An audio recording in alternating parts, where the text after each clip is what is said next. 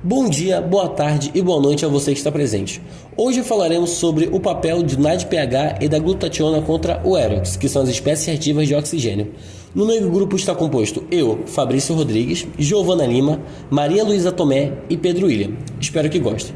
Bem, para começarmos, o que são os Aerox? A definição específica são espécies reativas de oxigênio.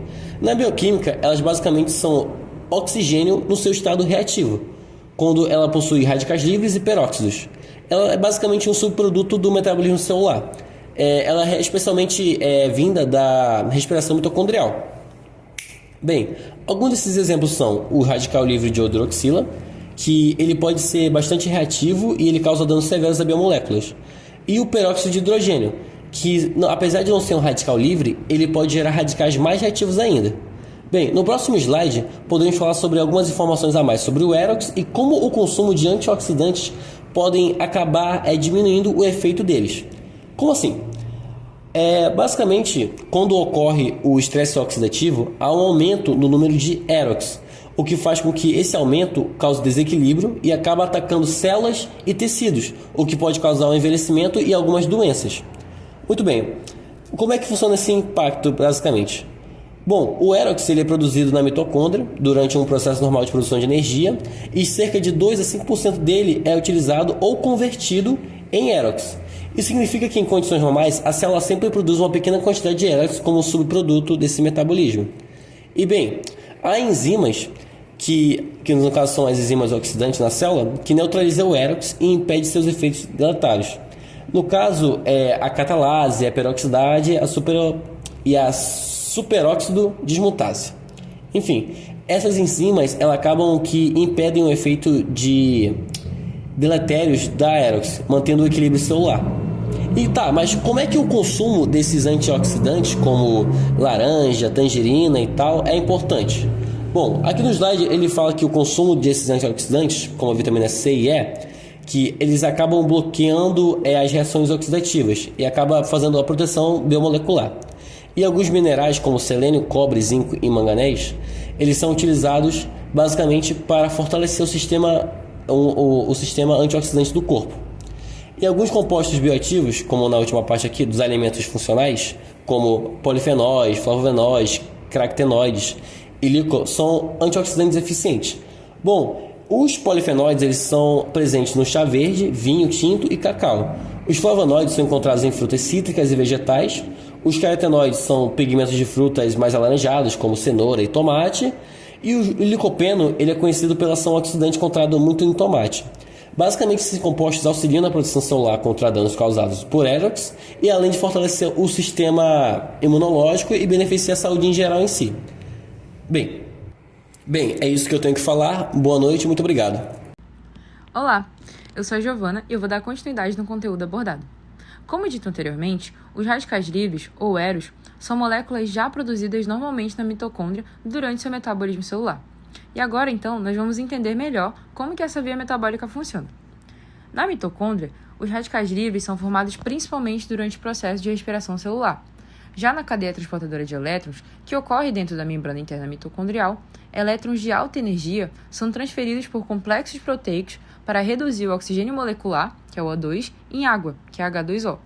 Durante esse processo, uma pequena fração desses elétrons pode vazar e reagir com o oxigênio de forma incompleta, gerando o ânion superóxido, que é o principal radical livre produzido na mitocôndria. Esse superóxido ele pode ser convertido em peróxido de hidrogênio pela enzima superóxido dismutase, que posteriormente pode ainda gerar o radical hidroxila, como por exemplo em reações químicas, como a de Fenton, caso metais como o ferro estejam presentes. Todo esse processo ele é natural e ocorre como um subproduto da produção de energia, mas se não for controlado por antioxidantes, pode causar danos celulares. Olá, meu nome é Maria Luísa. Como mencionado anteriormente, o Aeros ele refere-se a moléculas que contêm oxigênio em estados reativos, como peróxido de hidrogênio, ânion superóxido e radicais hidroxila.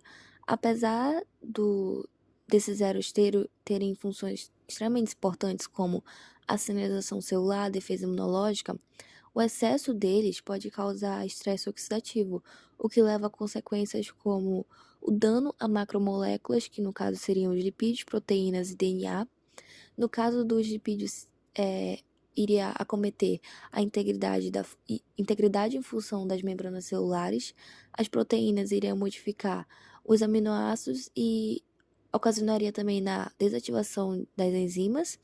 No DNA seria a quebra das fitas simples ou duplas, mutações e na instabilidade dinâmica.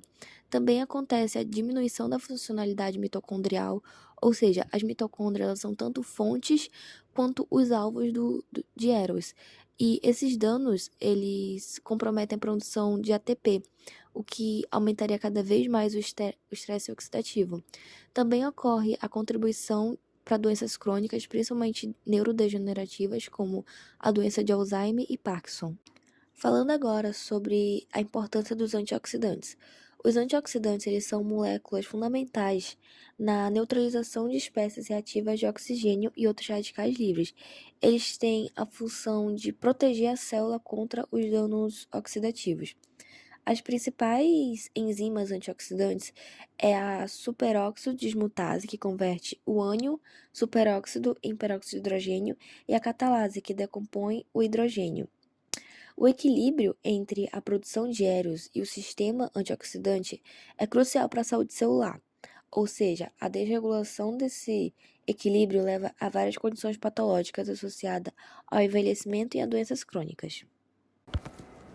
Bem, eu vou falar sobre o NADPH. O NADPH desempenha um papel essencial na regeneração da glutationa reduzida, GSH, que é um dos principais antioxidantes do organismo. O GSH protege as células contra o estresse oxidativo, neutralizando espécies reativas de oxigênio e reparando danos causados por radicais livres. Esse processo ocorre por meio da enzima glutationa redutase, que utiliza o NADPH como cofator para converter a glutationa oxidada, GSSG, que é uma forma inativa, de volta à sua forma reduzida, GSH. Esse ciclo contínuo garante que o GSH esteja sempre disponível para desempenhar a sua função antioxidante. Além disso, o NADPH é fundamental para outras vias antioxidantes, contribuindo como fonte de energia redutora para enzimas como catalase, a peroxidase e o tióxido. Dessa forma, ele participa diretamente na manutenção do equilíbrio redox celular e na proteção contra danos oxidativos que são prejudiciais à saúde celular e ao metabolismo. Agora falando sobre a glutationa, ela é a principal antioxidante intracelular e desempenha um papel central na proteção das células contra danos causados por radicais livres. Ela neutraliza essas moléculas reativas, prevenindo o estresse oxidativo e protegendo componentes celulares como DNA, proteínas e lipídios. Além disso, a glutationa participa na regeneração de outros antioxidantes importantes, como vitamina C e E, amplificando a defesa antioxidante do organismo. Ela também contribui para a detoxificação ao se conjugar com substâncias tóxicas, facilitando sua eliminação do corpo. O funcionamento da glutationa está intimamente ligado ao NADPH, que é essencial para manter o equilíbrio entre sua forma reduzida, GSH, e sua forma oxidada, GSSG. Esse equilíbrio é fundamental para a eficácia da glutationa no combate ao estresse oxidativo. Quando há deficiência da glutationa, o organismo pode sofrer sérias consequências. Isso pode incluir o aumento de risco de doenças cardiovasculares, como câncer, disfunção mitocondrial e imunossupressão, já que o sistema antioxidante fica comprometido, deixando as células mais vulneráveis ao dano oxidativo. Portanto, a glutationa é essencial para a manutenção da saúde celular e do equilíbrio redox do corpo. E esse foi o nosso trabalho sobre o papel do NADPH e da glutationa contra o Eros. Obrigada!